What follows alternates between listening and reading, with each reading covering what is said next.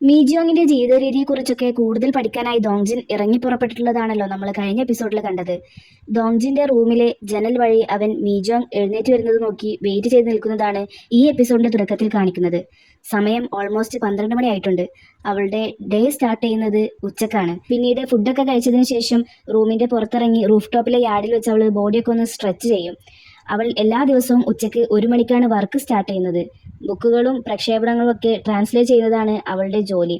ഒരു cup coffee ആസ്വദിച്ചുകൊണ്ടാണ് അവൾ എപ്പോഴും ബുക്കുകൾ വായിക്കാറുള്ളത്. റാമിയോൺ അല്ലെങ്കിൽ എന്തെങ്കിലും സിമ്പിൾ ആയിട്ടുള്ള മീൽ കിറ്റാണ് അവൾ സാധാരണ കഴിക്കാറുള്ളത്. അവളുടെ വർക്ക് ഉച്ചയ്ക്ക് തുടങ്ങിക്കഴിഞ്ഞാൽ മിഡ് നൈറ്റ് വരെ ഉണ്ടായിരിക്കും. രാത്രി 2:30 ആയി കഴിഞ്ഞാൽ തെരുവ് പൂച്ചകൾക്ക് ഫുഡ് കൊടുക്കാനായി അവൾ പുറത്തിറങ്ങും. എല്ലാവരും ഉറങ്ങുന്ന സമയമായതിനാൽ അധികം ആരും പുറത്തുണ്ടാവില്ല എന്ന ഉറപ്പോടെയാണ് അവൾ ആ നേരത്ത് പുറത്തു പോകുന്നത്. ചില ദിവസങ്ങളിൽ പ്രൊഡ്യൂസർ സിറി അവളെ കാണാനായി അങ്ങോട്ട് വരും. കുറച്ചു നേരം കഥയൊക്കെ പറഞ്ഞ് അവരങ്ങനെ പുറത്തിരിക്കും. അതുപോലെ മാസത്തിലൊരിക്കൽ അവൾ ബസ് സ്റ്റോപ്പിലേക്ക് ചെന്ന് ആദ്യം വരുന്ന ബസ്സിൽ കയറി പോകും. അതാണ് അവൾ നടത്തുന്ന ചെറിയൊരു ട്രിപ്പ്. പിന്നെ എല്ലാ ചൊവ്വാഴ്ചകളിലും ഹ്യോമിയോ മാർട്ടിൽ നിന്ന് അവൾ വിളിച്ചു പറഞ്ഞിട്ടാവണം അവൾക്ക് ആവശ്യമായിട്ടുള്ള സാധനങ്ങളൊക്കെ എത്തിച്ചു കൊടുക്കുന്നുണ്ട് എന്നൊക്കെയുള്ള അവളുടെ ജീവിതത്തിൽ നടന്നുകൊണ്ടിരിക്കുന്ന കാര്യങ്ങൾ നിരീക്ഷിച്ചതിന് ശേഷം അതൊക്കെ അവൻ ബ്ലോഗിൽ എഴുതുന്നുണ്ട്. ഹ്യോമിയോ മാർട്ടിൽ നിന്ന് ഡെലിവറി കൊടുക്കാൻ പോകുന്ന സമയം, കൊടുത്ത് ഇറങ്ങി വരുന്ന സമയം ദോങ്ജിൻ നോട്ടീസ് ചെയ്യുന്നുണ്ട്. 5 മിനിറ്റാണ് അവർ ടൈം എടുക്കുന്നത്. അതൊക്കെ അനുസരിച്ചാണ് നമ്മൾ കഴിഞ്ഞ എപ്പിസോഡിൽ കണ്ടതുപോലെ ദോങ്ജിൻ ആ ഷോപ്പിലേക്ക് ചെല്ലുന്നതും ചൊവ്വാഴ്ചകളിൽ മാത്രം ഡെലിവറി ബോയ് ആയിട്ട് ജോലി ചെയ്യാമെന്ന് തീരുമാനിക്കുന്നതൊക്കെ. അടുത്ത സീനിൽ ഹെൽമറ്റ് വാങ്ങിക്കാൻ പോയിട്ടുള്ള ദോങ്ജിനെയാണ് കാണിക്കുന്നത്. അവനൊരു പുതിയ റൈഡർ ആണെന്ന് മനസ്സിലാക്കിയ ഷോപ്പ് കീപ്പർ വിലപിടിപ്പുള്ള ഹെൽമറ്റുകളൊന്നും തൊടണ്ട, ജസ്റ്റ് നോക്കിയാൽ മതി എന്ന് പറഞ്ഞ് അവന് ബിഗിനേഴ്സിന് വേണ്ടിയിട്ടുള്ള ഹെൽമറ്റ് കാണിച്ചു കൊടുക്കുന്നുണ്ട്. അങ്ങനെ ദോങ്ജിൻ ഒഫീഷ്യലായി ഹ്യോമിയോ മാർട്ടിൽ ജോബിന് കയറിയിരിക്കുകയാണ്. മീജോങ്ങിന്റെ കോൾ എക്സ്പെക്ട് ചെയ്തിട്ടാണ് അവൻ അവിടുത്തെ ഓരോ ജോലിയും ചെയ്തുകൊണ്ടിരിക്കുന്നത്. ഹ്യോമിയോ മാർട്ടിൽ എല്ലാ ചൊവ്വാഴ്ചയിലും അവരുടെ അമ്മയാണ് ഇൻചാർജ് ആയിട്ടുണ്ടായിരിക്കുക. അതുകൊണ്ട് തന്നെ മീജോങ് ഫോൺ വിളിക്കുമ്പോൾ എടുക്കുന്നത് അമ്മയാണ്. അവർ പരസ്പരം കുശലാന്വേഷണങ്ങൾ നടത്തുന്നതിനിടയിൽ എപ്പോഴും അകത്ത് തന്നെ ഇങ്ങനെ ഇരിക്കാതെ പുറത്തൊക്കെ ഇറങ്ങി ആസ്വദിക്കാനും ആ അമ്മ അവളോട് ആവശ്യപ്പെടുന്നുണ്ട്. അങ്ങനെ അവൾ ഓർഡർ ചെയ്തതിനനുസരിച്ച് ദോങ്ജിൻ സാധനങ്ങളെല്ലാം പാക്ക് ചെയ്ത് ബൈക്കിൽ അവളുടെ അപ്പാർട്ട്മെന്റ് ലക്ഷ്യമാക്കി പോവുകയാണ്. അവിടെ എത്തി സ്റ്റെപ്പൊക്കെ കയറുമ്പോൾ മീജിയോൺ കുറെ കാലം എടുത്തിട്ടാണെങ്കിലും അവസാനം ഞാൻ നിന്നിലേക്ക് തന്നെ എത്തിയിരിക്കുന്നു എന്ന് പറയുന്നുണ്ടവൻ. അവളുടെ റൂമിന്റെ അടുത്തെത്തി ഞാനിവിടെ 10 മിനിറ്റിൽ കൂടുതൽ ഒരിക്കൽ നിൽക്കാൻ പാടില്ല എന്നൊക്കെ മനസ്സിൽ പറഞ്ഞ് വാച്ചിൽ ടൈമർ ഓണാക്കി കോളിംഗ് ബെൽ അടിക്കുന്നുണ്ട്. അവനപ്പോൾ നിൽക്കുന്നത് 10 മീറ്റർ ഡിസ്റ്റൻസിനുള്ളിലാണ്. അകത്ത് നിന്ന് മീജോങ് ആരാണ് എന്ന് ചോദിക്കുമ്പോൾ നിങ്ങൾ സാധനങ്ങൾ ഓർഡർ ചെയ്തിരുന്നില്ലേ, അത് കൊണ്ടുവന്നിട്ടുണ്ട് എന്ന് പറയുകയാണ് അവൻ. ഓക്കെ, നിങ്ങൾ സാധനങ്ങൾ അവിടെ വെച്ചിട്ട് പൊയ്ക്കോളൂ എന്നവൾ പറയുമ്പോൾ അത് പറ്റില്ല, എല്ലാ സാധനങ്ങളും ഉണ്ടോ എന്ന് ഉറപ്പുവരുത്തി സൈൻ ചെയ്യാനുണ്ട് എന്ന് പറയുകയാണ് ദോങ്ജിൻ. അങ്ങനെ മീജോങ് റൂമിൽ നിന്ന് പുറത്തിറങ്ങി വന്ന് അവന് ഗേറ്റ് തുറന്നു കൊടുക്കുന്നുണ്ട്. 10 മിനിറ്റ് മാത്രമാണെങ്കിലും നിന്റെ ഒപ്പം തന്നെ നിൽക്കാൻ കഴിയല്ലോ, അത് എനിക്ക് എത്രയോ വലുതാണ് എന്ന് മനസ്സിൽ പറഞ്ഞ് പ്ലീസ് എനിക്ക് വേണ്ടി വെയിറ്റ് ചെയ്യണം എന്ന് അവളോട് പറയുകയാണ് അവൻ. ഈ ഡെലിവറി ബോയ് എന്താ ഉദ്ദേശിച്ചതെന്ന് മനസ്സിലാവാത്തത് കൊണ്ട് തന്നെ എന്താ നിങ്ങൾ പറഞ്ഞത് എന്നവൾ ചോദിക്കുന്നുണ്ട്. സ്ഥലകാലബോധം വന്ന ദോങ്ജിൻ അത് നിങ്ങൾ ഓർഡർ ചെയ്തിട്ട് ഇത്ര നേരം വെയിറ്റ് ചെയ്തതിന് നന്ദി പറഞ്ഞതാണ് എന്ന് പറയുന്നുണ്ട്. ജീവിതത്തിൽ ഒരിക്കൽ പോലും ദോങ്ജിൻ അവളെ ഇത്രയും അടുത്ത് നിന്ന് കണ്ടിട്ടുമില്ല, അതുപോലെ സംസാരിച്ചിട്ടില്ലായിരുന്നല്ലോ. അതുകൊണ്ട് തന്നെ എന്താ പറയേണ്ടതെന്ന് അറിയാതെ ദോങ്ജിൻ അവളെ തന്നെ നോക്കി നിന്ന് പോകുന്നുണ്ട്. എവിടെയാ സൈൻ ചെയ്യേണ്ടത് എന്ന് മീജോൻ ചോദിക്കുമ്പോഴാണ് അവന് വീണ്ടും സ്ഥലകാലബോധം ഉണ്ടാകുന്നത്.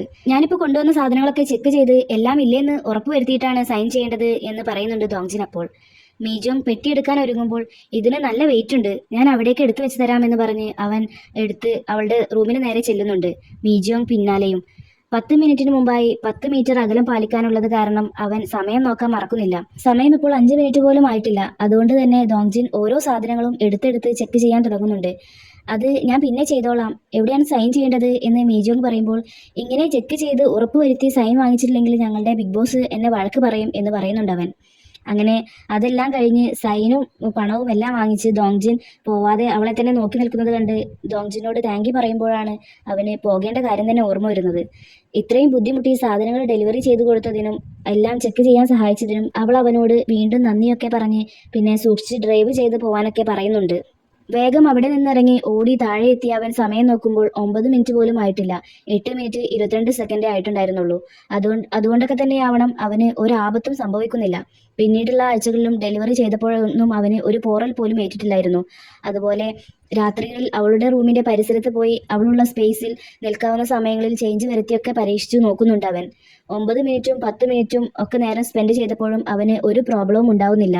ഇനി അവൻ 10 മിനിറ്റിൽ കൂടുതൽ അവളുള്ള അതേ സ്പേസിൽ ഉണ്ടായാൽ എന്താണ് സംഭവിക്കുക എന്ന് പരീക്ഷിക്കാൻ പോവുകയാണ്. വാച്ചിലെ ടൈമറൊക്കെ ഓൺ ചെയ്ത് എന്തിനും തയ്യാറായിട്ട് തന്നെയാണ് അവൻ സ്റ്റെപ്സ് കയറിക്കൊണ്ടിരിക്കുന്നത്. അങ്ങനെ ദോങ്ജിൻ അവളുടെ റൂമിനരികെ അക്ഷമനായി തന്നെ 10 മിനിറ്റിൽ കൂടുതൽ നേരം ചിലവഴിക്കുന്നുണ്ട്. 10 മിനിറ്റ് കഴിഞ്ഞതും അവൻ വേഗം തന്നെ സ്റ്റെപ്സ് ഇറങ്ങുകയാണ്. എന്തോ അപകടം വരാനുണ്ടെന്ന സൂചന പോലെ ലൈറ്റിനൊരു ചെറിയ തകരാറുള്ളത് പോലെ കാണിക്കുന്നുണ്ട്. അവനത് ശ്രദ്ധിച്ച് സ്റ്റെപ്പ് ഇറങ്ങിയതും കാല് തന്നെ താഴെ വീഴുകയാണ്. ഹെൽമറ്റ് ധരിച്ചിട്ടുണ്ടായിരുന്നത് കൊണ്ട് തന്നെ തലക്കൊന്നും പറ്റിയിട്ടില്ല. കൈയും കാലും നന്നായി വേദനിക്കുന്നുണ്ടെന്ന് അവന്റെ മുഖഭാവത്തിൽ നിന്ന് നമുക്ക് മനസ്സിലാക്കാം. ഹോസ്പിറ്റലിൽ അവന്റെ നീര് വന്ന കാല് ഡോക്ടർ ചെക്ക് ചെയ്യുന്നതാണ് അടുത്ത സീനിൽ കാണിക്കുന്നത്. നീ സ്റ്റെപ്സിൽ നിന്ന് വീണതാണെന്നല്ലേ പറഞ്ഞത്? അപ്പോൾ നിന്റെ തല ഇടിക്കുകയോ മറ്റോ ചെയ്തിട്ടുണ്ടായിരുന്നോ എന്ന് ഡോക്ടർ ചോദിക്കുമ്പോൾ, ഇല്ല, ഞാൻ ഹെൽമെറ്റ് വെച്ചിട്ടുണ്ടായിരുന്നു. ഇന്ന് എനിക്കിങ്ങനെ ഒരു അപകടം സംഭവിക്കുമെന്ന് ഒരു ഫീലിംഗ് എനിക്ക് ആദ്യം ഉണ്ടായിരുന്നു എന്നൊക്കെ അവൻ മറുപടി പറയുന്നുണ്ട്. അപ്പോൾ അവൻ കണ്ടുപിടിച്ച സിദ്ധാന്തങ്ങളിലെ ഒന്നാമത്തെ റൂള്, 10 മീറ്റർ ചുറ്റളവിൽ അവളുമായി ചിലവഴിക്കുന്നത് ഡേഞ്ചറാണ് എന്ന സിദ്ധാന്തത്തിൽ ചെറിയൊരു തിരുത്തൽ അവൻ നടത്തുന്നുണ്ട്. കാരണം 10 മീറ്റർ റേഡിയസിനുള്ളിൽ നിൽക്കുന്നത് 10 മിനിറ്റിൽ കൂടുതലാവാതിരുന്നാൽ സേഫ് ആണെന്ന കാര്യം ദോങ്ജിൻ ഇപ്പോൾ തെളിയിച്ചു കഴിഞ്ഞല്ലോ. അങ്ങനെ ഒന്നാമത്തെ സിദ്ധാന്തം അവൻ തന്നെ പ്രൂവ് ചെയ്ത് 10 മിനിറ്റിൽ കൂടുതൽ നേരം അവളുള്ള 10 മീറ്റർ റേഡിയസിൽ ചിലവഴിച്ചാൽ ഡേഞ്ചറാണ് എന്നതാക്കി മാറ്റുന്നുണ്ട്. അടുത്ത ആഴ്ച അരി തീർന്നതുകൊണ്ട് തന്നെ അവൾ വീണ്ടും ഹ്യോമിയ മാർട്ടിൽ നിന്ന് ഓർഡർ ചെയ്ത് വരുത്തുന്നുണ്ട്. എനിക്ക് കുറച്ചുകൂടെ സാധനങ്ങളൊക്കെ വാങ്ങിക്കാനുണ്ടായിരുന്നു. ഇവിടെയാണെങ്കിൽ എലിവേറ്റർ ഒന്നും ഇല്ലല്ലോ. അപ്പോൾ ബോക്സിന്റെ ഭാരം വീണ്ടും കൂടല്ലോ എന്ന് ഓർത്ത് ഞാൻ ഓർഡർ ചെയ്യാതിരുന്നതാണ്. ബുദ്ധിമുട്ടിച്ചതിൽ ക്ഷമിക്കണം എന്നൊക്കെ അവൾ പറയുമ്പോൾ, ഏയ് അതൊന്നും കുഴപ്പമില്ല. ഇനിയിപ്പോൾ കുറച്ച് സാധനങ്ങൾ ഓർഡർ ചെയ്യാനാണ് താല്പര്യമെങ്കിൽ ഇടയ്ക്കിടയ്ക്ക് ഇങ്ങനെ ഡെലിവറി ചെയ്യുന്നതുകൊണ്ട് എനിക്ക് യാതൊരു പ്രോബ്ലം ഇല്ല കേട്ടോ എന്നവൻ മറുപടി പറയുന്നുണ്ട്. പതിവ് പോലെ അവൻ സാധനങ്ങൾ ചെക്ക് ചെയ്യാനായി നിൽക്കുമ്പോൾ അവൾ അതിൻ്റെ ഒന്നും ആവശ്യമില്ല, ഇത്രയും കാലം ഡെലിവറി ചെയ്തിട്ടും ഒന്നും ഇതുവരെ നഷ്ടമായിട്ടില്ല എന്നൊക്കെ പറയുന്നുണ്ടെങ്കിലും അതൊന്നും വകവെക്കാതെ ബോസ് ചീത്ത പറയുമെന്ന എക്സ്ക്യൂസ് തന്നെ അവൻ മറുപടിയായി പറയുന്നുണ്ട്. ബില്ലൊക്കെ എടുത്ത് സാധനങ്ങൾ ചെക്ക് ചെയ്യുമ്പോൾ ഇത്തവണ മീജിയോങ്ങും കൂടെ ഇരുന്ന് അവനെ ഹെൽപ്പ് ചെയ്യുന്നുണ്ട്. എത്ര കാലമായി ഞാനിങ്ങനെ അടുത്തു നിന്നുകൊണ്ട് ഒരു പേടിയുമില്ലാതെ ഒരാളുമായി സംസാരിച്ചിട്ട് എന്നത് എനിക്ക് തന്നെ ഓർമ്മ പോലും ഇല്ല എന്നവൾ ദോങ്ജിനെ നോക്കി മനസ്സിൽ പറയുന്നുണ്ട്. അപ്പോൾ ദോങ്ജിന് അവളുടെ അടുത്ത് നിന്ന് പോരാൻ ആഗ്രഹമില്ലാതിരുന്നിട്ടും സമയപരിധി ഉള്ളത് കൊണ്ട് മാത്രം അവൻ പേയ്മെന്റ് ചെയ്യേണ്ട തുക പറഞ്ഞു കൊടുക്കുന്നുണ്ട്. ദോങ്ജിൻ അവൾക്ക് ബാക്കി കൊടുക്കാനുള്ള ചില്ലറ സെറ്റാക്കുമ്പോഴേക്കും മീജിയോങ് ഇത്തവണ കാർഡാണ് അവന് നേരെ നീട്ടുന്നത്. അവൻ സ്വൈപ്പിംഗ് മെഷീൻ കൊണ്ടുവരാത്തതുകൊണ്ട് കാർഡാണോ എന്ന് തെല്ലൊരു അത്ഭുതത്തോടെ ചോദിക്കുമ്പോൾ, ഓർഡർ ചെയ്യാൻ ഞാൻ ഫോൺ വിളിച്ചപ്പോൾ അവിടെ പറഞ്ഞിട്ടുണ്ടായിരുന്നല്ലോ കാർഡാണ് ഉണ്ടാവുക എന്ന് അവൾ മറുപടി പറയുന്നുണ്ട്. ഓ, ഞാൻ കാർഡ് റീഡർ എടുക്കാൻ മറന്നുപോയി. ഒരു കാര്യം ചെയ്യാം, ഞാൻ അതെടുത്ത് വേഗം തിരിച്ചു വരാം എന്നവൻ പറഞ്ഞ് പോകാൻ നിൽക്കുമ്പോൾ, അത് വേണ്ട, എൻ്റെ കയ്യിൽ ക്യാഷ് ഉണ്ടാവും, ഞാൻ അതെടുത്ത് ഇപ്പോൾ വരാം, നിങ്ങൾ ബുദ്ധിമുട്ടേണ്ട എന്ന് പറഞ്ഞ് അവൾ അകത്തേക്ക് കടക്കുകയാണ്. സമയം 8 മിനിറ്റിൽ കൂടുതലായതുകൊണ്ട് തന്നെ ടെൻഷനായ ദോങ്ജിൻ മീജോണിനെ തടയാൻ ശ്രമിച്ചു നോക്കിയെങ്കിലും നടന്നില്ല.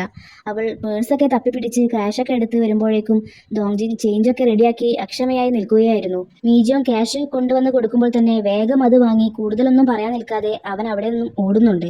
അവൻ ധൃതിയിൽ താഴേക്കിറങ്ങി വരുന്ന സമയത്താണ് എതിരെ വന്ന ബൈക്ക് അവനെ ഇടിച്ചില്ല എന്ന മട്ടിലെത്തുമ്പോൾ അവൻ പെട്ടെന്ന് ഒഴിഞ്ഞു മാറുന്നത്. ഭാഗ്യമെന്ന് തന്നെ പറയട്ടെ, 10 മിനിറ്റിനുള്ളിൽ തന്നെ അവന് അവിടെ നിന്നും താഴെ എത്താൻ സാധിച്ചിട്ടുണ്ടായിരുന്നു. അതുകൊണ്ട് തന്നെ ആവണം ബൈക്ക് ഇടിക്കാതിരുന്നതും. അയാളും ആ ബിൽഡിങ്ങിലേക്ക് വന്നിട്ടുള്ള ഒരു ഡെലിവറി ബോയ് തന്നെയായിരുന്നു. അയാൾ അകത്തേക്ക് പോയതും എന്തോ ഒരു ശബ്ദം കേട്ട് മുകളിലേക്ക് നോക്കിയ ദോങ്ജിൻ ബോൾട്ട് ഇളകി പോയിട്ടുള്ള ലാമ്പ് താഴേക്ക്, അതായത് അവന്റെ മേൽക്ക് വീഴാൻ നിൽക്കുന്നതാണ് കാണുന്നത്. ഹോസ്പിറ്റലിൽ അഡ്മിറ്റായി കിടക്കുന്ന ദോങ്ജിൻ തന്റെ സിദ്ധാന്തങ്ങളിൽ എവിടെയാണ് തെറ്റുപറ്റിയിട്ടുള്ളത് എന്ന് നോക്കുന്ന തിരക്കിലാണ്. 10 മിനിറ്റ് സമയം ചിലവഴിച്ചിട്ടില്ല. 10 മീറ്റർ റേഡിയസും ആയിട്ടില്ലായിരുന്നു. സ്പേസും ടൈമും ഒക്കെ കറക്റ്റ് ആയിരുന്നല്ലോ. എവിടെയാണ് എനിക്ക് പിഴച്ചത്? സംസാരിച്ചതാവോ ഇനി പ്രോബ്ലം എന്നൊക്കെ ചിന്തിക്കുകയായിരുന്നു ദോങ്ജിൻ. സാധാരണ സംസാരിക്കുന്നതിനേക്കാളേറെ വാക്കുകൾ അന്ന് മീജോങ്ങുമായിട്ട് അവൻ സംസാരിച്ചിട്ടുള്ളത് ഓർക്കുന്നുണ്ട്. ഇനിയിപ്പോൾ വാക്കുകൾ ഉപയോഗിക്കുന്നതിലും നിയന്ത്രണം ഉണ്ടാവുമോ എന്നൊക്കെ ആലോചിക്കുമ്പോഴാണ് ഡോക്ടർ അവിടേക്ക് വരുന്നത്. ദോങ്ജിൻ ലാപ്ടോപ്പ് തുറന്നു വെച്ചിരിക്കുന്നത് കണ്ട ഡോക്ടർ, ഈ അവസ്ഥയിലും നീ ജോലി ചെയ്യാണോ? നിന്റെ ദേഹമാസകല മുറിവുകളാണ് എന്നൊക്കെ പറയുമ്പോൾ അവൻ ഡോക്ടറോട് സോറി പറയുന്നുണ്ട്. നീ എന്നോടല്ല, നിന്റെ ശരീരത്തോട് തന്നെയാണ് സോറി പറയേണ്ടത്. എന്താ ഈ കാണിച്ചു വെച്ചിട്ടുള്ളത് എന്നൊക്കെ പറഞ്ഞ് അവന്റെ കൈ പിടിച്ച് എവിടെയൊക്കെ വേദനയുണ്ടോ എന്നൊക്കെ ചോദിച്ച് ചെക്ക് ചെയ്ത് നോക്കുന്നുണ്ട്. ദോങ്ജിൻ വേദന കൊണ്ട് അലറുന്നത് നമുക്കിവിടെ കാണാം. മീജോങ് തന്റെ ജോലി ചെയ്തുകൊണ്ടിരിക്കുമ്പോഴാണ് കോളിംഗ് ബെൽ അടിക്കുന്നത് കേൾക്കുന്നത്. അവൾ സന്തോഷത്തോടെ എഴുന്നേറ്റ് ദോങ്ജിന് കൊടുക്കാനായി ഫ്രിഡ്ജിൽ നിന്ന് എനർജി ഡ്രിങ്ക് ഒക്കെ എടുത്ത് വേഗം പോയി നോക്കുന്നുണ്ട്. പക്ഷേ വന്നത് ആ മാർട്ടിലെ ഓണറായിരുന്നു. അവൾ വേഗം ആ ഡ്രിങ്ക് മറച്ചു പിടിക്കുന്നുണ്ട്. അയാൾ കൊണ്ടുവന്ന ഭാരമുള്ള ആ ബോക്സൊക്കെ എടുത്ത് തിരിച്ചു നടക്കുമ്പോൾ അവളുടെ മുഖത്തെ ആ നിരാശ നമുക്ക് കാണാം. അന്ന് ഹെൽമെറ്റ് വാങ്ങിച്ചിട്ടുള്ള അതേ ഷോപ്പിലേക്ക് തന്നെ തിരിച്ചു വന്നിരിക്കുകയാണ് ദോങ്ജിൻ. കയ്യിലെ ബാൻഡേജ് ഒക്കെ കാണിച്ചു കൊടുത്ത് ഇത്തവണ വില കൂടിയ കുറച്ചുകൂടെ പ്രൊട്ടക്ട് ചെയ്യുമെന്ന് ഉറപ്പുള്ള ടൈപ്പ് ഹെൽമെറ്റ് തന്നെ ദോങ്ജിൻ വാങ്ങിക്കുന്നുണ്ട്. അപ്പോഴാണ് ബോഡി പ്രൊട്ടക്ടർ അവിടെ ഹാങ് ചെയ്ത് വെച്ചിട്ടുള്ളത് അവന്റെ ശ്രദ്ധയിൽപ്പെടുന്നത്. പിന്നെ ഒന്നും നോക്കിയില്ല, അതും വാങ്ങിച്ചിട്ടാണ് പുള്ളി വീട്ടിലേക്ക് പോകുന്നത്. റൂമിലെത്തിയ ഉടൻ തന്നെ ദോങ്ജിൻ ബോഡി പ്രൊട്ടക്ടർ ഫുള്ള് സെറ്റ് ധരിച്ചു നോക്കി ഉറപ്പുവരുത്തുന്നത് നമുക്കിവിടെ കാണാം. അവൻ പരീക്ഷണം നടത്തുന്നത് സ്വന്തം ജീവൻ തന്നെ പണയം വെച്ചിട്ടാണല്ലോ. അപ്പോൾ പ്രൊട്ടക്ട് ചെയ്യാൻ ശ്രമിക്കേണ്ടത് അവന്റെ തന്നെ ഉത്തരവാദിത്തം ആണല്ലോ. പിറ്റേ ദിവസം മാർട്ടിലെത്തിയ ദോങ്ജിന്റെ കയ്യിലെ ബാൻഡേജ് നോട്ടീസ് ചെയ്ത ഓണർ, ഇപ്പോ കടയിൽ തിരക്കൊന്നുമില്ലല്ലോ, നീ വേണമെങ്കിൽ വീട്ടിൽ പോയിക്കോ, കൈയിൻ്റെയൊക്കെ മാറിയിട്ട് ജോലിക്ക് വന്നാൽ മതി എന്നൊക്കെ പറയുന്നുണ്ട്. ഏയ്, എനിക്കൊരു പ്രോബ്ലം ഇല്ല, ഇതെന്റെ ഡോക്ടർക്ക് കുറച്ച് ടെൻഷൻ കൂടുതലാ, അതാ ഇത്രയൊക്കെ ആക്കി വെച്ചത്, എനിക്ക് ജോലിയൊക്കെ ചെയ്യാൻ കഴിയും എന്ന് പറഞ്ഞ് കൈ ഇളക്കി കാണിച്ചു കൊടുക്കുന്നുണ്ട്. അതിനുശേഷം അവരുടെ ആ മാർട്ടിൽ വരുത്തേണ്ടതായിട്ടുള്ള ചില കാര്യങ്ങൾ ദോങ്ജിൻ അവർക്ക് പറഞ്ഞു കൊടുക്കുകയാണ്. ഫ്രഷ് ആയിട്ടുള്ള വെജിറ്റബിൾസ് ഒക്കെ ആളുകൾക്ക് പെട്ടെന്ന് കാണുന്ന തരത്തിൽ വെക്കാനും ആ ഫ്രിഡ്ജിന്റെ ടെമ്പറേച്ചർ 7 ഡിഗ്രി സെൽഷ്യസ് ആക്കി വെക്കാനൊക്കെ പറയുന്നുണ്ട്. അതുപോലെ മാർട്ടിൽ വരുന്ന മെയിൻ കസ്റ്റമേഴ്സിന്റെ ഡിമാൻഡ് അനുസരിച്ചിട്ടുള്ള കുറച്ച് ഐറ്റത്തിൽ കൂടുതൽ ഫോക്കസ് ചെയ്ത് അതിന്റെ കൂടുതൽ പ്രൊഡക്ട്സ് ഇറക്കാനും, അതുപോലെ ജെൻഡർ നോക്കിയും കുട്ടികളുടെ ഐറ്റംസ് ഒക്കെ വേറെ വേറെ തരം തിരിച്ച് വെക്കാനൊക്കെ പറഞ്ഞു കൊടുക്കുന്നുണ്ട് അവൻ. ഇങ്ങനെ ചെയ്താൽ നമ്മുടെ സെയിൽസ് കൂടുമോ? അല്ല, ഇതൊക്കെ നിനക്കെങ്ങനെ അറിയും എന്നൊക്കെ അവർ ചോദിക്കുമ്പോൾ, ബിസിനസ് സ്ട്രാറ്റജി കൺസൾട്ടന്റ് ആയിട്ട് ഞാൻ അപ്പുറത്തുള്ള ഒരു മാർട്ടിൽ വർക്ക് ചെയ്തിരുന്നു എന്ന് പറയുന്നുണ്ട് അവൻ. ഇത് കേട്ട് അവർ പരിഭവം കാണിച്ച് അവന്റെ കയ്യിൽ നിന്ന് ബാസ്ക്കറ്റൊക്കെ വാങ്ങിച്ചു വെച്ച്, അവരെന്താ നമ്മളെക്കാളും ബെസ്റ്റ് ആണോ? അങ്ങനെയാണെങ്കിൽ എനിക്കും കുറച്ച് അഡ്വൈസ് ഒക്കെ പറഞ്ഞതാ എന്ന് പറയുകയാണ് അവർ. നമുക്ക് വരുന്ന മിക്ക കസ്റ്റമേഴ്സും ഫാമിലി ആയിട്ടല്ല, ഒറ്റയ്ക്ക് താമസിക്കുന്നവരാണല്ലോ. അതുകൊണ്ട് തന്നെ ഈ ഫ്രഷ് ആയിട്ടുള്ള പ്രൊഡക്ട്സ് ഒക്കെ ചെറിയ പോർഷൻ ആക്കി സെല്ല് ചെയ്യുകയാണെങ്കിൽ നല്ലതായിരിക്കും എന്നവൻ പറഞ്ഞു കൊടുക്കുന്നുണ്ട്. 2022 കൊറിയൻ കൺസ്യൂമർ ഏജൻസി കണ്ടക്ട് ചെയ്തിട്ടുള്ള സർവേയിൽ കണ്ടെത്താൻ കഴിഞ്ഞത് 71% കസ്റ്റമേഴ്സിനും ഈ സെയിൽ പേഴ്സൺ കൂടുതലായിട്ട് സ്നേഹപ്രകടനം നടത്തുന്നതും പേഴ്സണൽ കാര്യങ്ങൾ അന്വേഷിക്കുന്നതൊക്കെ അവർക്ക് ഒട്ടും ഇഷ്ടാവുന്നില്ല എന്നുള്ളതാണ്. അങ്ങനെ ചെയ്യുന്ന ഷോപ്പിലേക്ക് വീണ്ടും കസ്റ്റമേഴ്സ് പർച്ചേസിന് വരുന്നത് നിർത്തുന്നുണ്ട് എന്നൊക്കെ ദോങ്ജിൻ പറയുമ്പോൾ, അവർക്കതൊരു പുതിയ അറിവായതുകൊണ്ട് തന്നെ നമ്മൾ അവരോട് സ്നേഹം കാണിക്കുന്നത് കൊണ്ട് അവർക്ക് ഇറിറ്റേറ്റഡ് ആവുമോ എന്ന് ആശ്ചര്യത്തോടെ ചോദിക്കുന്നുണ്ട് അവർ.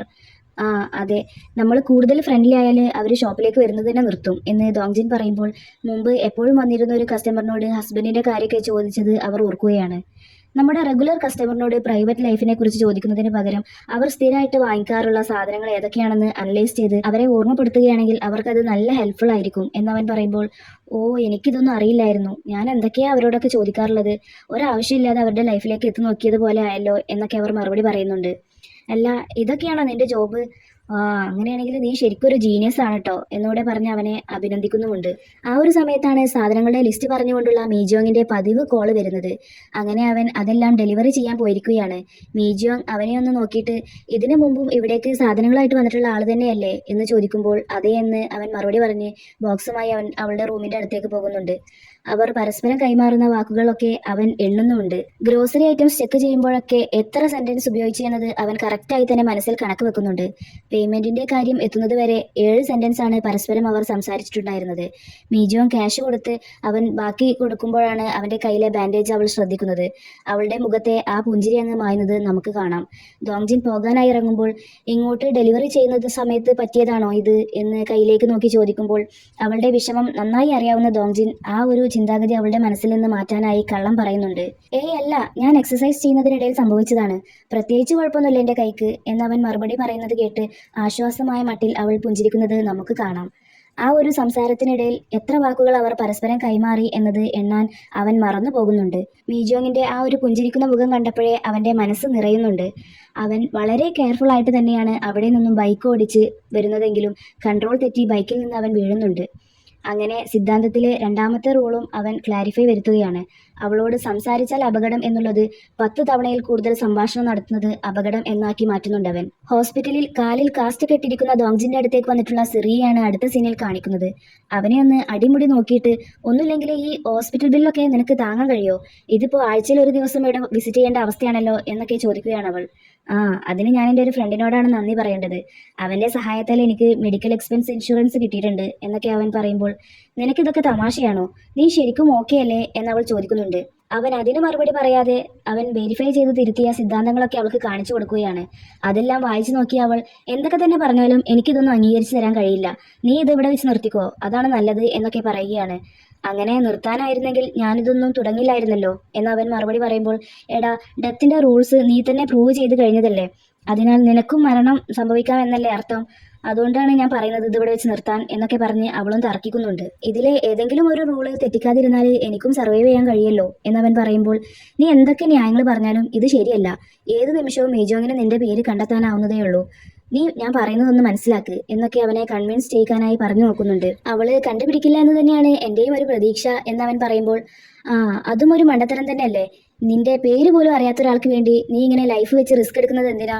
ഓക്കെ, നീ ഇത്രയും കാലം കഷ്ടപ്പെട്ടതിനൊക്കെ അവൾക്ക് വേണ്ടി ഞാൻ നിന്നോട് നന്ദി പറയാണ്. ഇനി മുതൽ നീ നിന്റെ ശരീരം നോക്ക്, റെസ്റ്റ് എടുക്ക് എന്നൊക്കെ അവൾ പറയുമ്പോൾ, അപ്പോൾ ഇനി വേറൊരു വഴിയുമില്ലേ എന്നവൻ തിരിച്ചു ചോദിക്കുന്നുണ്ട്.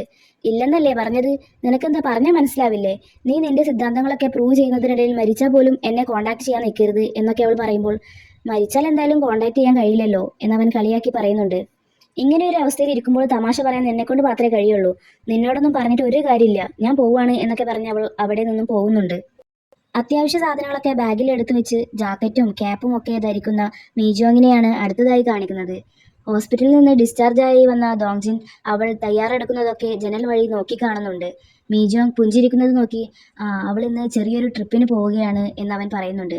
മീജോങ് റൂമിൽ നിന്ന് ഇറങ്ങിയത് കണ്ടതും ദോങ്ജിനും തന്റെ ജാക്കറ്റും തൊപ്പിയൊക്കെ എടുത്ത് വെച്ചിട്ട് അവളുടെ പിന്നാലെ പോകുന്നത് നമുക്ക് കാണാം. ബസ് സ്റ്റോപ്പിലെത്തിയ അവൻ അവളെ നോക്കി, ഞാനും അവളുടെ കൂടെ ട്രിപ്പ് പോകാൻ ആഗ്രഹിക്കുന്നുണ്ട്. അവൾ എന്തൊക്കെയാണ് ഈ ഒരു യാത്രയിൽ കാണുന്നതെന്ന് അറിയാൻ എനിക്കും ആഗ്രഹമുണ്ട് എന്നൊക്കെ പറഞ്ഞ് അവൾ കയറുന്ന അതേ ബസ്സിൽ അവനും കയറുകയാണ്. അവൾ ഏറ്റവും ഫ്രണ്ടിലെ സീറ്റിലാണ് ഇരിക്കുന്നത്. ആദ്യം തന്നെ ഡിസ്റ്റൻസ് നോക്കി മനസ്സിലാക്കിയിട്ടുള്ള ദോങ്ജിൻ ഏറ്റവും ലാസ്റ്റിലെ സീറ്റിലാണ് പോയിരിക്കുന്നത്. അവർ തമ്മിൽ ഇപ്പോഴുള്ള ഡിസ്റ്റൻസ് 11 മീറ്ററാണ്. അതുകൊണ്ട് തന്നെ കുറച്ച് വിട്ടിരുന്നിട്ടാണെങ്കിലും ഒരേ ബസ്സിൽ ഒരുമിച്ച് യാത്ര ചെയ്യാൻ കഴിയുന്നത് തന്നെ നല്ല കാര്യമല്ലേ എന്നാണ് ദോങ്ജിൻ ചിന്തിക്കുന്നത്. അവൾ പുറത്തുള്ള കാഴ്ചകളൊക്കെ ആസ്വദിച്ചിരിക്കുമ്പോൾ അത് ആസ്വദിച്ചിരിക്കുന്ന അവളെയാണ് പുഞ്ചിരിയോടെ അവൻ നോക്കിയിരിക്കുന്നത്. അങ്ങനെ ബസ്സിന്റെ ലാസ്റ്റ് സ്റ്റോപ്പ് എത്തി എല്ലാവരും ഇറങ്ങിയിട്ടും മീജോൺ അവിടെ തന്നെ ഇരിക്കുകയാണ്. കാരണം അതേ ബസ്സിൽ തന്നെയാണ് അവൾ തിരിച്ചു പോകുന്നതും. നേരം ഇരുട്ടിയിരിക്കുന്നു, സമയം പോയത് അറിയുന്നതേയില്ല. ഈ ട്രിപ്പ് കുറച്ചു നേരം കൂടെ ഉണ്ടായിരുന്നെങ്കിൽ എന്ന് ദോങ്ജിൻ ആശിച്ചു പോകുന്നുണ്ട്. ഓരോ സ്റ്റോപ്പിലും ആളുകൾ കയറുകയും ഇറങ്ങുകയും ചെയ്യുന്നുണ്ട്. ഒരു ഗ്രാൻഡ്മ കയറിയപ്പോൾ ബസ്സിൽ വേറെ സീറ്റൊന്നും ഒഴിവില്ലാത്തതുകൊണ്ട് തന്നെ അവർക്കിരിക്കാനായി മീജോങ് എഴുന്നേറ്റ് കൊടുക്കുകയാണ്. എന്നിട്ട് സ്വസ്ഥതയിൽ നിൽക്കാനായി അവൾ കുറച്ച് ഉള്ളിലേക്ക് നീങ്ങി നിൽക്കുകയാണ്. 10 മീറ്റർ ഡിസ്റ്റൻസ് കണക്കാക്കിയിരുന്നിരുന്ന ദോങ്ജിൻ ഇത് കണ്ട് ആകെ ടെൻഷൻ ആവുന്നുണ്ട്. കാരണം 5 മീറ്റർ ഡിസ്റ്റൻസ് പോലും ഇല്ലാതെയാണ് അവരിപ്പോൾ നിൽക്കുന്നത്. അവൻ വേഗം ടൈമർ ഓൺ ചെയ്ത് സ്വയം സമാധാനപ്പെടുത്താനെന്ന പോലെ, പേടിക്കേണ്ട, നെക്സ്റ്റ് സ്റ്റോപ്പിൽ ഇറങ്ങാം, ഏകദേശം എത്താറായതാണല്ലോ എന്നൊക്കെ ചിന്തിക്കുന്നുണ്ട്. ഒളിമ്പിക്സിന് താരങ്ങൾ എയർപോർട്ടിലേക്ക് പോകാനുള്ള സെക്യൂരിറ്റിയുടെ ഭാഗമായി വണ്ടികളൊക്കെ തടഞ്ഞു വെക്കുന്നത് കാരണം ദോങ്ഹോ ബ്രിഡ്ജിന്റെ അവിടെ എത്തിയപ്പോൾ ആകെ ട്രാഫിക് ബ്ലോക്ക് ആവുന്നുണ്ട്. അവർ ഒരുമിച്ച് ഒരേ സ്പേസിൽ കൂടുതൽ നേരം നിന്നാൽ എന്താ സംഭവിക്കുക എന്നുള്ളത് നല്ലപോലെ അറിയാവുന്നതുകൊണ്ട് ദോങ്ജിൻ റെസ്റ്റ്ലെസ് ആയി ഇടയ്ക്കിടയ്ക്ക് വാച്ചിൽ നോക്കുന്നത് നമുക്ക് കാണാം. 8 മിനിറ്റും 30 സെക്കൻഡും കഴിഞ്ഞിട്ടുണ്ട്. ബസ്സാണെങ്കിൽ അടുത്തൊന്നും മുന്നോട്ട് പോകുന്ന ലക്ഷണമില്ല. പെട്ടെന്നാണ് ഇടിയും മിന്നലോട് കൂടിയുള്ള മഴ പെയ്യാൻ തുടങ്ങുന്നത്. ഇടിമിന്നലുള്ളപ്പോൾ ക്ലോസ് ആയിട്ടുള്ള സ്ഥലത്തിരിക്കുന്നത് ഏറ്റവും സേഫ് ആണെന്ന് അറിയാവുന്നത് കൊണ്ട് തന്നെ ബസ്സിലിരിക്കുന്നത് അപ്പോൾ ഏറ്റവും സേഫ് ആണ് എന്നെല്ലാവരും പറയുന്നതൊക്കെ അവൻ കേൾക്കുന്നുണ്ട്. അപ്പോഴാണ് അവനിരിക്കുന്നതിൻ്റെ തൊട്ടടുത്തായി ഷാർപ്പ് ഒബ്ജക്ട്സ് ഒക്കെ ആയിട്ടുള്ള സാധനങ്ങൾ നിറച്ച ഒരു ലോറി വന്ന് നിർത്തുന്നത്. ഓരോ സെക്കൻഡുകൾ കഴിയുന്തോറും ദോങ്ജിന്റെ ഉള്ളിൽ ടെൻഷൻ കൂടിക്കൂടി വരുന്നുണ്ട്. അവൻ ആകെ പാനിക് ആവുന്നുണ്ട്. അവൻ ആ ലോറിയിലേക്കും വാച്ചിലേക്കും അതുപോലെ മീജോങ്ങിനെയും മാറി മാറി നോക്കുകയാണ്. ടൈം 9 മിനിറ്റിൽ കൂടുതലായത് കണ്ട് ഇനി ഇവിടെ നിന്നാൽ ശരിയാവില്ല, എന്തെങ്കിലും ചെയ്തേ മതിയാവൂ, എത്രയും പെട്ടെന്ന് തന്നെ പുറത്തു കടക്കണം എന്നൊക്കെ മനസ്സിൽ പറഞ്ഞ് ഓപ്പോസിറ്റ് സൈഡിലുള്ള ബസ്സിന്റെ വിൻഡോ വഴി പുറത്തു കടക്കാൻ ശ്രമിക്കുകയാണ് ദോങ്ജിൻ. അവിടെയുള്ള ആളുകൾക്ക് കാര്യം എന്താണെന്ന് അറിയാത്തത് കൊണ്ട് തന്നെ അവനെ പിടിച്ചു വെക്കാൻ ശ്രമിക്കുന്നുണ്ടെങ്കിലും അവരോടെല്ലാവരോടും അവൻ ചൂടായിക്കൊണ്ട് കഷ്ടപ്പെട്ട് പുറത്തു ചാടുകയാണ്. ശബ്ദം കേട്ട് മീജോങ് തിരിഞ്ഞു നോക്കുമ്പോൾ അവൻ പുറത്തു ചാടുമ്പോൾ കാല് തന്നെ താഴെ വീഴുന്നതാണ് കാണുന്നത്. വേദന കൊണ്ട് പുളഞ്ഞിട്ടാണെങ്കിലും ദോങ്ജിൻ കഷ്ടപ്പെട്ട് എഴുന്നേറ്റ് നിന്ന് മീജോങ്ങിനെ ഒന്ന് തിരിഞ്ഞു നോക്കുന്നുണ്ട്. കാറ്റിന്റെ ശക്തിയിൽ അവന്റെ തൊപ്പിയപ്പോൾ ഊരിപ്പോവുകയാണ്. ദോങ്ജിന്റെ മുഖം ക്ലിയറായി കണ്ട മീജോങ് ഒരു ഞെട്ടലോടെ ലീ ദോങ്ജിൻ എന്ന് വിളിക്കുകയാണ്. മീജോങ് തന്റെ പേര് വിളിച്ചത് കേട്ട് ഞെട്ടിയ അവൻ ചിന്തിക്കുന്നത് അവൻ കണ്ടെത്തിയ സിദ്ധാന്തങ്ങളിലെ 3ാമത്തെ റൂളും തെറ്റിച്ചല്ലോ എന്നതാണ്. അവൾക്ക് തന്റെ പേരറിയാമെങ്കിൽ അത് അപകടകരമാണ് എന്നതായിരുന്നു ആ റൂൾ. ദോങ്ജിനെ തന്നെ നോക്കി മീജോൺ ചിന്തിക്കുന്നത് ഇവനെന്താ ഇവിടെ എന്നതാണ്. ഒരേ സമയം 3 റൂളുകൾ തെറ്റിച്ച ദോങ്ജിൻ, ഞാൻ എല്ലാം പ്രിപ്പയർ ചെയ്തിട്ട് തന്നെയാണ് വന്നിട്ടുള്ളത്, എനിക്കിതിന്റെ എല്ലാ പാറ്റേണും അറിയാം എന്നൊക്കെ പറഞ്ഞ് പാലത്തിന്റെ മുകളിൽ കയറുകയാണ്. മീജോങ് അടക്കമുള്ള ബസ്സിലുള്ള എല്ലാവരും ഇവനെന്താ ഈ കാണിക്കുന്നത് എന്നതാണ് ചിന്തിക്കുന്നതും പരസ്പരം പറയുന്നതൊക്കെ. ചിലരൊക്കെ ആത്മഹത്യ ചെയ്യാൻ പോവുകയാണെന്ന് വിചാരിച്ചിട്ട് അവനോട് താഴെ ഇറങ്ങാൻ ആവശ്യപ്പെടുന്നുണ്ട്. മഴയത്ത് നിൽക്കുന്ന ഒരാൾക്ക് ഇടിമിന്നലേൽക്കാൻ വളരെയധികം സാധ്യത കൂടുതലാണ്. എന്നാൽ വെള്ളത്തിനകത്തുള്ള ഒരാൾക്ക് ഇടിമിന്നലേറ്റതായി ഇതുവരെ ആരും തന്നെ പറഞ്ഞു കേട്ടിട്ടില്ല എന്ന കാര്യം ഓർത്ത് അവിടെ അങ്ങനെ നിൽക്കുന്നതിനേക്കാളും നല്ലത് താഴേക്ക് ചാടുന്നതാണ് എന്നുറപ്പിച്ച് ആകാശത്തേക്ക് നോക്കി, എന്നെ പിന്തുടർന്ന് വരാൻ പറ്റുമെങ്കിൽ വാ, ഞാൻ എൻ്റെ സിദ്ധാന്തങ്ങളിൽ വിശ്വസിക്കുന്നുണ്ട് എന്നൊക്കെ ഉറക്കെ വിളിച്ചു പറയുകയാണവൻ. എന്നിട്ട് ഒന്ന് തിരിഞ്ഞ് മീജോങ്ങിനെ നോക്കി ചിരിക്കുമ്പോൾ മീജോങ് പേടി കലർന്ന സ്വരത്തിൽ അരുത്, ചാടരുത് എന്നൊക്കെ പറയുന്നുണ്ടായിരുന്നു. ഡോങ്ജിൻ രണ്ടാമതൊന്ന് ചിന്തിക്കാതെ തന്നെ ആ പാലത്തിന്റെ മുകളിൽ നിന്നും വെള്ളത്തിലേക്ക് എടുത്തു ചാടുകയാണ്. ഇവിടെ വെച്ചാണ് ഈ ഒരു എപ്പിസോഡ് അവസാനിക്കുന്നത്.